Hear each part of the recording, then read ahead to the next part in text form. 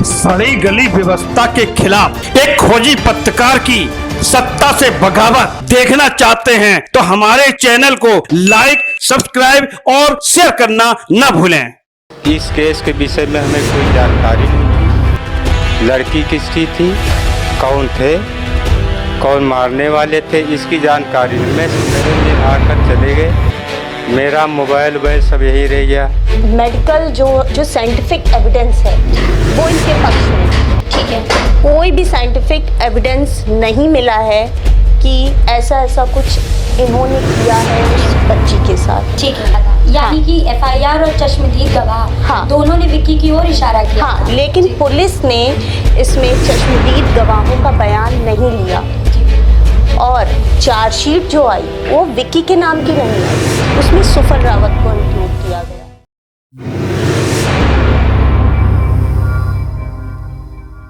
नमस्कार, आप देख रहे हैं दृष्टांत न्यूज और मैं हूँ गार्गी आर्यागर। एफआईआर चीख कर बोलती रही कि अपराधी कोई और है।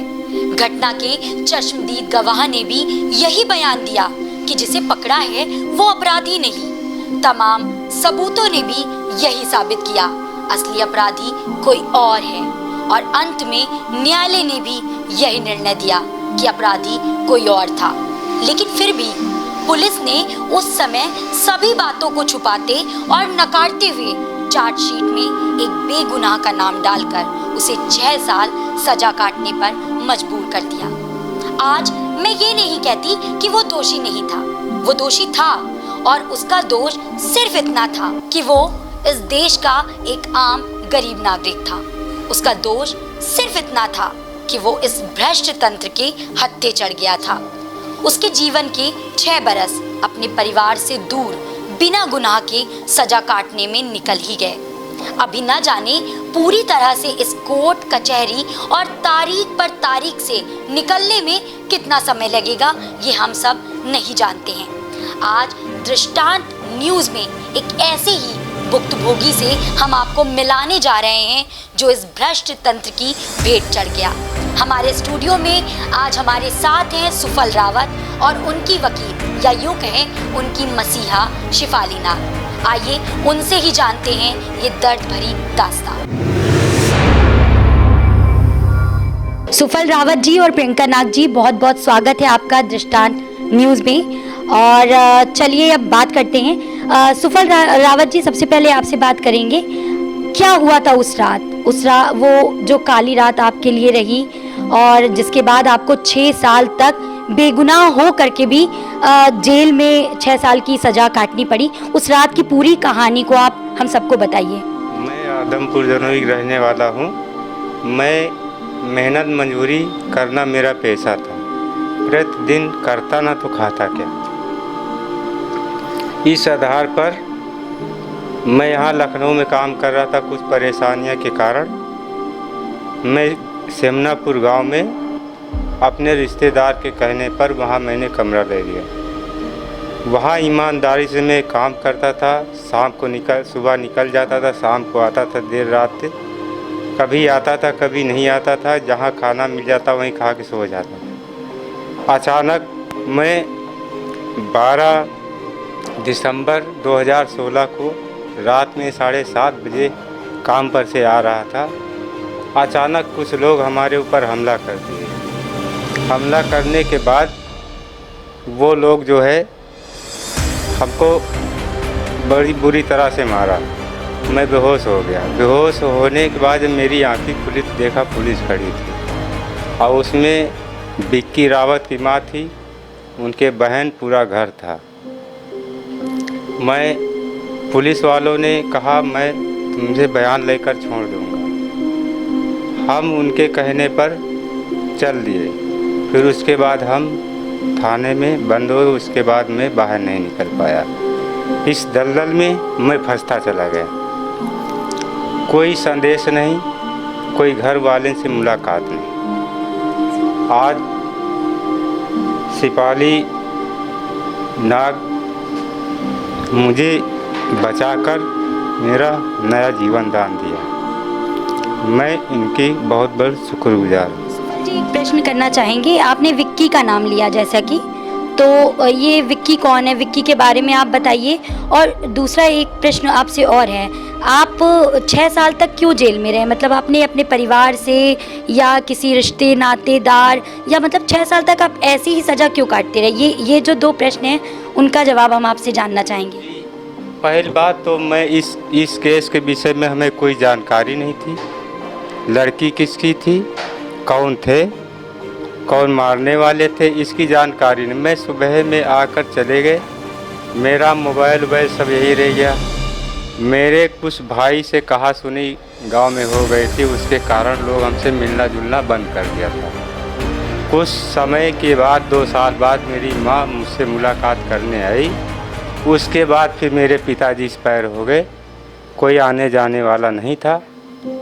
मेरे छोटे बहनों ने पैरवी करके और शेफाली मैडम से कहा, तो इन्होंने एक्शन लिया, मुझे छुड़ाने की कोशिश की और छुड़ाते आज मेरी बेल भी हो गई, जमानत में मैं बाहर बैठा हूँ, आप लोगों से बात कर रहा हूँ।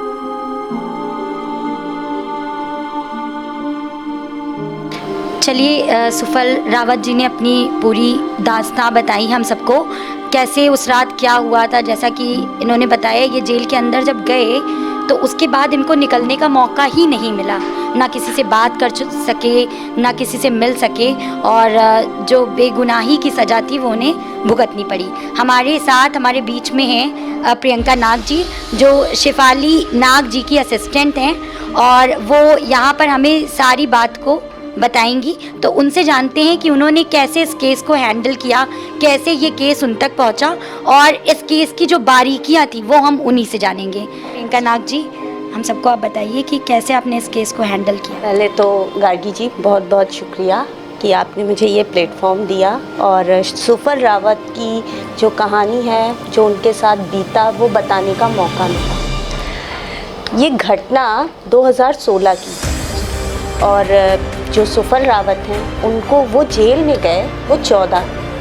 तो जो FIR है उसमें सेक्शन कुछ और थे, और जब चार्जशीट लगी तो उसमें सेक्शन बदल दिए गए। जैसे अब जो हमारी FIR हुई उसमें थे 376, 302, 5M और 6M, और 354A एंड 354C। लेकिन जो हमारी चार्जशीट आई उसमें से 376 हटा दिया गया और चार्जशीट सुफल रावत के नाम से दी गई। मतलब ये सबसे पहली जो टेक्निकल फॉल्ट थी वो आपको यहीं से पकड़? हाँ, क्योंकि जो FIR थी उसमें साफ साफ बताया गया, जो डिजीज़ के फादर और मदर थे उन्होंने साफ साफ FIR में लिखा कि जो व्यक्ति था, विक्की नाम का व्यक्ति, वो उनकी बेटी को पहले भी परेशान करता था जी। और उसके बाद उन्होंने जब FIR में एक और पॉइंट बहुत अच्छा था, जिसमें उन्होंने लिखा कि जहाँ मेरी बेटी की लाश पड़ी थी मैंने वहाँ पर विक्की को भागते हुए देखा था। यानी कि FIR और चश्मदीद गवाह दोनों ने विक्की की ओर इशारा किया। हाँ, लेकिन पुलिस ने इसमें चश्मदीद गवाहों का बयान नहीं लिया जी। और चार्जशीट जो आई वो विक्की के नाम की नहीं आई, उसमें सुफल रावत को इंक्लूड किया गया जी। जिस जो चार्जशीट थी उसी के बेस पे उन्होंने सुफल रावत को गिरफ्तार किया और उसके बाद उसको जेल भेज दिया। मतलब सुफल जी का भी कहना है कि जब इन्हें मारा पीटा जा रहा था तो विक्की के परिवार वहाँ पे था। हाँ। यानी पूरा प्लान कर दिया गया था कि इन्हें मारा पीटा जाएगा और सीधे जेल पहुँचा दिया जाएगा और पुलिस से इनकी मुलाकात कराई जाएगी। उसके बाद सारी जो घटनाक्रम है वो अपने हिसाब से बनाया जाएगा और फिर चार्जशीट बनी और इन्हें जेल भेज दिया गया। हाँ, ठीक है। इसके बाद जैसा कि अभी इनकी बेल हुई है, तो एक उसमें बेल का जो पेपर है हमारे सामने है, हम अभी आपको दिखा रहे हैं। बेल के पेपर में लास्ट पैरा में जज ने साफ साफ लिखा हुआ है कि अब जो असली मुलजिम है उसे पेश किया जाए, उसे पुलिस ढूंढे। और पुलिस की जो ये फॉल्ट है जो जज के सामने आ चुकी है, न्यायालय के सामने आ चुकी है, उसे भी जो है वो बोला गया है कि अब इसको भी सुधारा जाए। तो इसके बारे में आपका क्या कहना है? अब इसके आगे क्या होगा और अभी तक ये बाइज्जत बरी क्यों नहीं हो पाए हैं? इसके पीछे क्या कारण है? जैसा गार्गी जी आपने बताया, तो जो हाई कोर्ट से ऑर्डर हुआ है, तो हाई कोर्ट के ऑर्डर में इस बात को साफ साफ कहा गया है कि DGP की ये जिम्मेदारी होगी और हमारी जो सेक्रेटरी हैं यूपी के जी वो उसमें रियल कल्प्रिट जो है जी उसकी इन्वेस्टिगेशन करें, ओके उसको सामने लाएं जी जो उसमें रियल अपराधी जी। है, ना कि सुफल रावत। जी क्योंकि जो बयान हुए एक 164 के बयान होते हैं जो जिसमें साफ लिखा गया है कि वो न्यायालय के सामने होंगे, एक जज लेगा। उसमें सुफल रावत में से ये बोला गया कि अगर आप ये चीज़ बोल देते हो तो आप इस केस से निकाल दिए जाओगे। तो ये पूरी तरह से गलत है, क्योंकि अगर हम किसी को इस चीज़ के लिए प्रोवोक कर रहे हैं कि हाँ आप ऐसा बोल दो, हम आपको इससे निकाल देंगे, तो ये तो एक तरह से दबाव में दिया गया बयान। जी तो इस तरह का जो 164 है वो वैलिड ही नहीं है। जी तो उस बिना पे हाई कोर्ट ने इनकी बेल सेंक्शन की।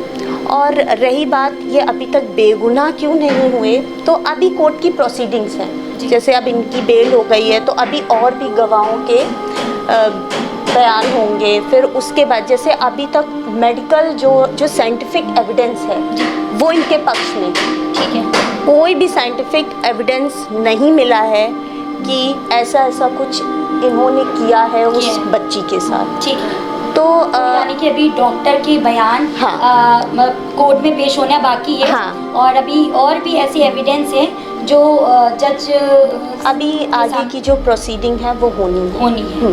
लेकिन कुल मिलाकर के अभी तक जितनी तारीखें मिली, जितनी पेशियां हुई, उनमें सुफल रावत जी को निर्दोष करार दिया गया है। हाँ, देखा जाए तो हाई कोर्ट की जो बेल ऑर्डर है उसके बाद से ये पूरे चांसेस हैं कि ये इस केस से बाइज्जत बरी होंगे और जो रियल कल्प्रिट है वो पकड़ा जाएगा। क्योंकि जो ऑर्डर है वो बहुत अच्छा है, फाइल बहुत अच्छी है, जो ज़िरा हुई है वो बहुत अच्छी है।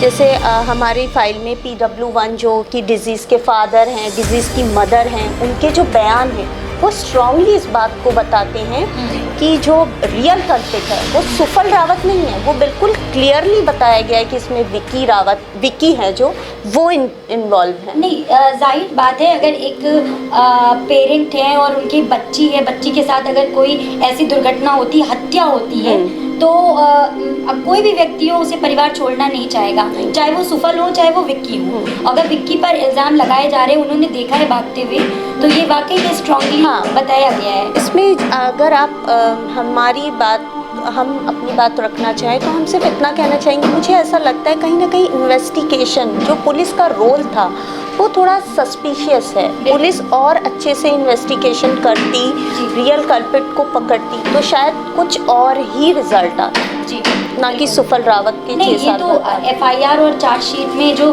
आपने धाराओं की विभिन्नता बता दी, जो दिखाई दे रही है, उससे सीधे पुलिस की जो भूमिका रही है उस पर उंगली उठ रही है।